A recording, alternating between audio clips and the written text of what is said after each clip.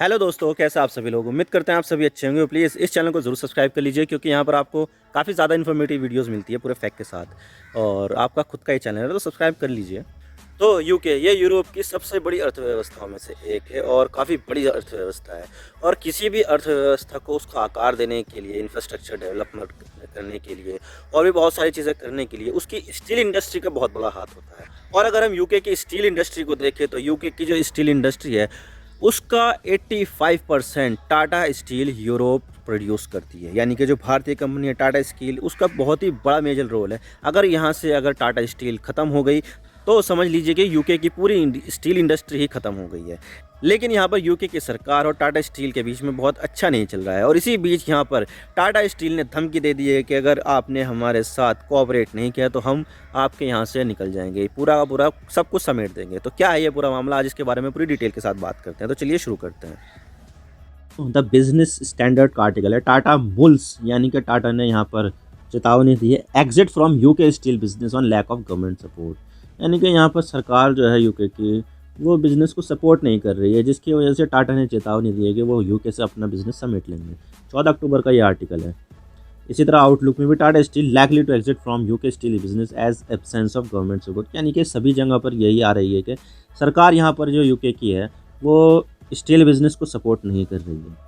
तो किसी भी देश की इकोनॉमी के लिए स्टील इंडस्ट्री एक बहुत ही बड़ा रोल प्ले करती है। कोई ब्रिज बनाना हो या रेलवे का काम हो या किसी भी तरह का कंस्ट्रक्शन करना हो, स्टील की ज़रूरत हमें हमेशा पड़ती है। यहाँ तक कि हमें नॉर्मल घर बनाने के लिए भी सरिये की ज़रूरत होती है।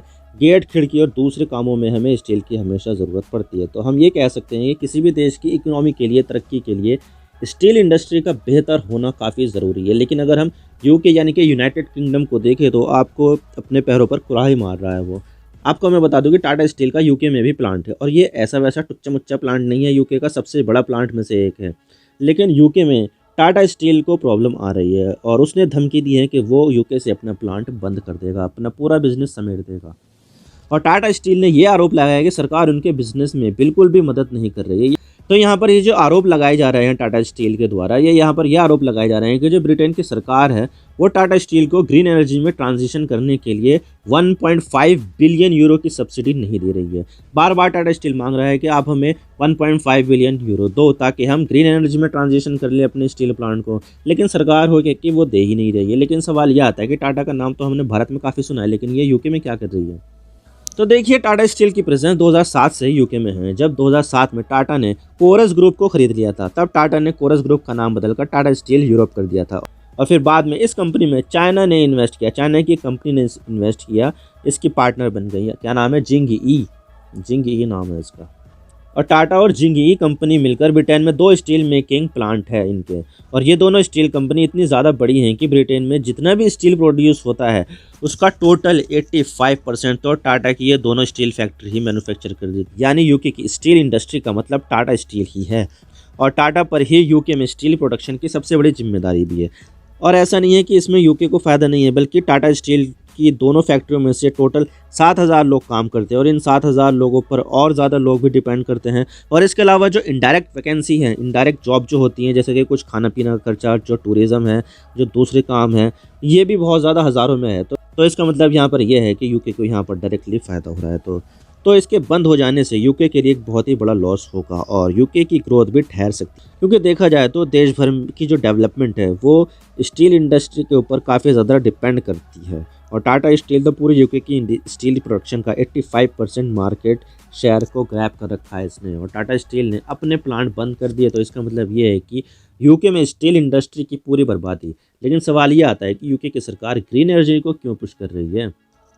तो देखिए, इसका सबसे बड़ा कारण है ग्लोबल वार्मिंग। आजकल आपने ग्लोबल वार्मिंग की वजह से काफ़ी ज़्यादा समस्या देखने को मिलेगी। अभी फ़िलहाल जो पाकिस्तान में भयानक बाढ़ आई थी, काफ़ी सदियों से सबसे बड़ी बाढ़ आई है पाकिस्तान में, जिसमें 1/3 एरिया जो है पूरा डूब ही चुका था उसमें। इसके अलावा पुर्तगाल, स्पेन, फ्रांस और ब्रिटेन में इस साल इतनी ज़्यादा गर्मी पड़ी है कि वहाँ पर जंगल के जंगल जलकर खाक हो गए हैं और हज़ारों लोग मारे गए हैं। और ब्रिटेन में भी काफ़ी ज़्यादा गर्मी पड़ी है और वहाँ पर तो रेड अलर्ट भी घोषित कर दिया गया था इतिहास में पहली बार। क्योंकि वहाँ पर इतनी गर्मी पड़ रही है कि रेड अलर्ट घोषित करना ज़रूरी हो गया था। और यहाँ पर सरकार ने कह दिया था कि आप घर से बाहर ही मत निकलो, जो ज़रूरी काम है सिर्फ उसमें निकलो, वरना फालतू में नहीं निकलना। और इस चीज़ को देखते हुए कुछ साल पहले ब्रिटेन की सरकार ने ये कहा था कि हम ग्रीन एनर्जी पर फोकस करेंगे और कार्बन इमिशन को कम करेंगे। तो यूके ने इसकी जिम्मेदारी खुद उठा ली और यूके की तमाम इंडस्ट्री में बदलाव लाने शुरू कर दिए। और इसी तरह से इसी में आती है स्टील इंडस्ट्री, क्योंकि स्टील इंडस्ट्री या स्टील फैक्ट्री का जो वर्किंग प्रिंसिपल देखा जाए तो ये कार्बन इंटेंसिव ब्लास्ट फर्नेस पर काम करता है। यानी कि एक भट्टी होती है जिसमें कार्बन रिलेटेड फ्यूल जैसे कि कोयला या पेट्रोल डीजल डाली जाती है और इससे एक्सट्रीम हीट बने और मेटल को मेल्ट कर दे, और उस मेल्ट हुए मेटल को आप किसी भी खांचे में डालकर उसे उस खांचे का आकार दे सकते हो, शेप दे सकते हो। तो इस तरह से ये स्टील फैक्ट्री काम करती है। आपको इसमें एक्सट्रीम हीट डालने की ज़रूरत पड़ती है और जो मेटल होता है उसको एक्सट्रैक्ट किया जाता है और फिर उस एक्सट्रैक्टेड मेटल को उस किसी शेप में डालकर उसका शेप का आकार दिया जाता है। और इस चीज़ से जाहिर सी बात है कि कार्बन का इमिशन भी बहुत तगड़े लेवल पर होगा, क्योंकि यहाँ पर कोयला बहुत ज़्यादा जलाया जा रहा है, पेट्रोल डीजल बहुत ज़्यादा जलाया जा रहा है। तो सरकार कार्बन इंटेंसिव ब्लास्ट फर्नेस की भट्टी को इलेक्ट्रिक आर्क फर्नेस में बदलना चाहती है। अब सवाल यह आता है कि इलेक्ट्रिक आर्क फर्नेस क्या है। तो देखिए, इलेक्ट्रिक आर्क फर्नेस जो है ना, ज़्यादा कुछ नहीं है ख़ास। आपने वेल्डिंग देखी होगी ना, वेल्डिंग में एक हैंडल पर एक इलेक्ट्रोड लगा होता है, एक रॉड सी। अगर हम उसको किसी मेटल पे, लोहे पर लगा देते हो तो उसके टकराने से लोहे में वो इलेक्ट्रोड में चिंगारी सी निकलती है और वो उसका मेल्ट पिघल कर उस लोहे पर आ जाता है, उस रॉड का मेल्ट पिघल कर उस लोहे पर आ जाता है और वो वहाँ पर वेल्ड हो जाता है। यहाँ पर बहुत ज़्यादा आर्क निकलता है, इसी वजह से यहाँ पर जो मेटल है वो पूरी तरह से पिघल जाती है और दूसरी जगह पर चिपक जाती है। ठीक इसी तरह का प्रिंसिपल बहुत बड़े लेवल पर इलेक्ट्रिक आर्क फर्नेस में काम करता है। तो ये जो आप देख रहे हो ना, ये इलेक्ट्रोड्स, ये वही इलेक्ट्रोड्स होती है जो वेल्डिंग की मशीन में लगा होता है ना, हैंडल पर एक लंबी सी डंडी, वो ये इलेक्ट्रोड है। किसी भी मेटल पे लगा दिया तो उससे चिपक जाती है।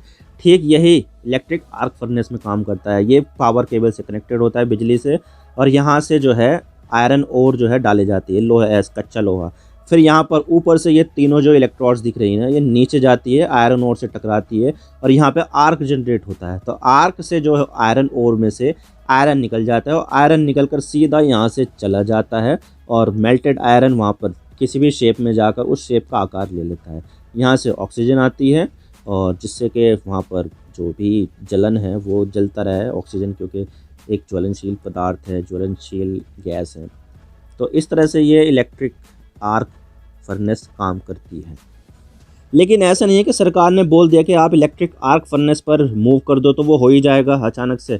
इसके लिए कई साल लगते हैं और काफ़ी पैसा भी लगता है। तो यहाँ पर अगर सरकार ये ऑर्डर लागू करवाना चाहती है तो इसमें जो खर्चा बढ़ेगा उसके लिए यहाँ पर टाटा ग्रुप ने ब्रिटेन की सरकार से 1.5 बिलियन यूरो की डिमांड कर दी है कि भाई हमारा खर्चा बढ़ रहा है, आप ये लागू करवा रहे हो तो हमें कुछ कंपनसेशन तो दो। और ये जो पैसा है लगभग 13,000 करोड़ रुपए भारतीय रुपयों के बराबर है। और इसी दौरान इन्हें प्लांट को बंद भी रखना पड़ेगा और पूरे प्रोसेस को बदलना होगा, तो इसमें पैसा तो चाहिए और टाइम भी बहुत चाहिए। लेकिन सवाल ये आता है कि क्या ये सिर्फ ब्रिटेन की ही जिम्मेदारी है, कोई और देश भी इसमें कुछ कर रहे हैं?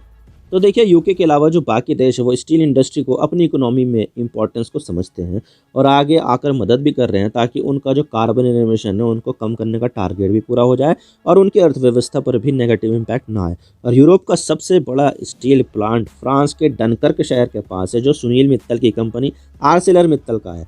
अब फ्रांस ने भी ग्लोबल वार्मिंग को कम करने के लिए कार्बन इंटेंसिव ब्लास्ट को इलेक्ट्रिक आर्क फर्नेस में बदलना है। तो यहाँ पर फ्रांस की स्टील इंडस्ट्री के जज्बातों को समझती है और अब फ्रांस की सरकार आर्सेलर मित्तल को 1.7 बिलियन यूरो देगी कि ये लो पैसा और अपने प्लांट में ये चेंजेस कर दो और इसको इसमें बदल दो। इसी तरह से यूरोप की दूसरी स्टील कंपनियों जैसे कि लिबर्टी ग्रुप को भी सरकार से पैसा मिलेगा, रोमेनिया की सरकार से और फ्रांस की सरकार से, ताकि वो भी वहाँ पर अपने प्लांट को बदल दे। और इसी चीज़ को देखते हुए टाटा स्टील भी ये कह रही है कि जब ये देश पैसा दे रहे हैं तो हमें भी चाहिए पैसा भाई, क्योंकि ये पॉलिसी आपकी है, हमारी नहीं है। और वैसे भी टाटा ब्रिटेन के टोटल स्टील प्रोडक्शन का 85% मैन्युफैक्चर करती है, तो इनका तो हक बनता है। और वैसे वहाँ पर अभी के लिए टाटा स्टील और ब्रिटेन की सरकार के बीच बातचीत चल रही है। अब देखते हैं ये आगे बातचीत में क्या नतीजा निकलता है, ये तो फ्यूचर ही बताएगा। आप मेरे इंस्टाग्राम पर भी जुड़ सकते हो। आप सिंपली जाइए इंस्टाग्राम में और सर्च कीजिए I_इमरान सिद्दीकी और आप मुझे फॉलो कर सकते हैं।